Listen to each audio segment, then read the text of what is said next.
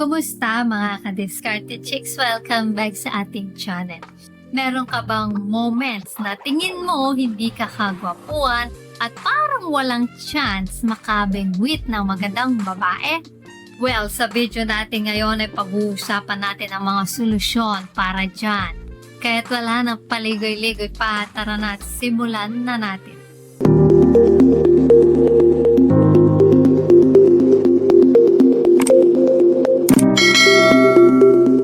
Shoutout nga po pala kay Desiderio Ginayon at kay Marlon Udtohan. Salamat sa panonood at suporta mga ka-discarded chicks.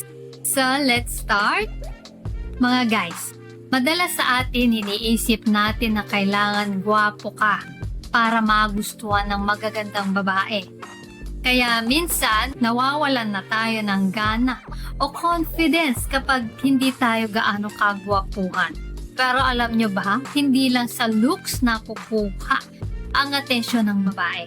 Kaya eto na ang mga pwede mong gawin para makabingwit ng magandang babae kahit hindi ka naman kagwapuhan. Number 1, daanin mo sa talino.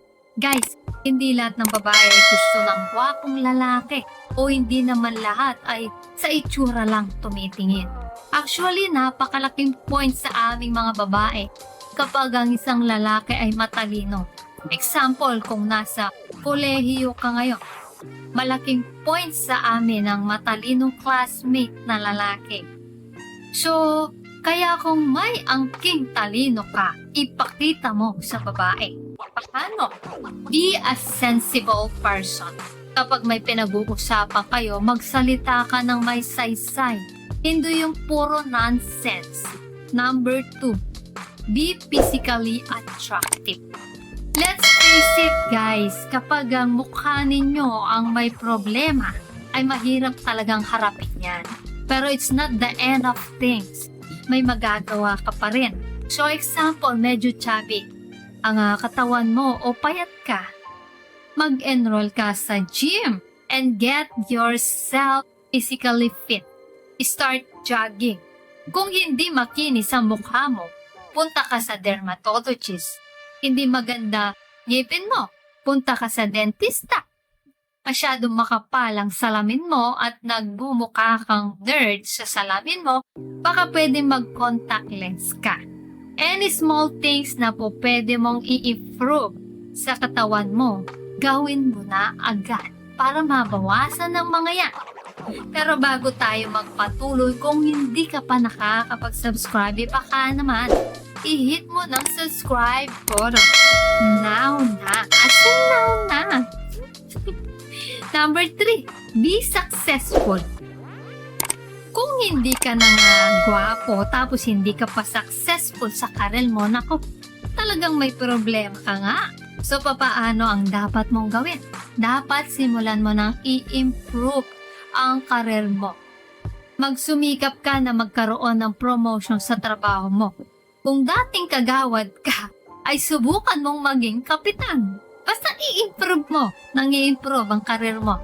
At makikita mo na napaka-attractive sa aming mga babae ang may career improvement na lalaki. Number 4, magpakayaman ka. Guys, real talk tayo dito. Kahit gaano ka kagwapo, sorry to say, pero kung wala kang trabaho o wala kang pera, ay tatalunin ka ng isang ordinary looking na lalaki na financially stable sa buhay. Bakit ka mo? Simple lang, mga guys. Ayaw naming mga babae sa lalaking wala kaming nakikitang magandang kinabukasan. So kung hindi ka gwapo, pero mataba naman ang wallet mo, malaking points na yan sa aming mga guys. Para i-consider ka over sa guy na gwapo pero broke naman. Number 5, have a great sense of humor.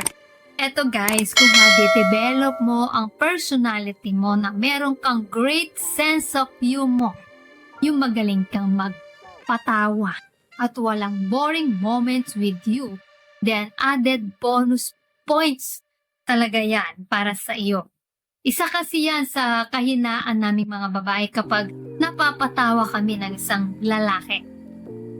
So yan mga guys, ang 5 solusyon kapag hindi ka gwapo para makabigwit ka ng magandang babae. Sana may bago na naman po kayong natutunan sa video natin ngayon. Guys, abangan niyo po ang next video po natin. Doon bibigyan ko kayo ng tips kung ano ba dapat mong gawin kapag niloko ka ng jowa mo.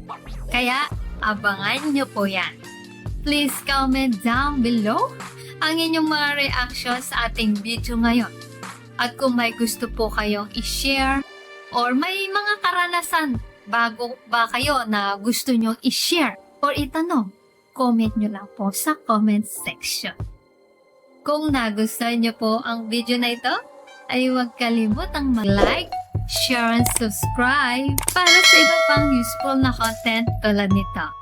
Maraming salamat sa panonood. Hanggang sa susunod na video, ingat kayo palagi.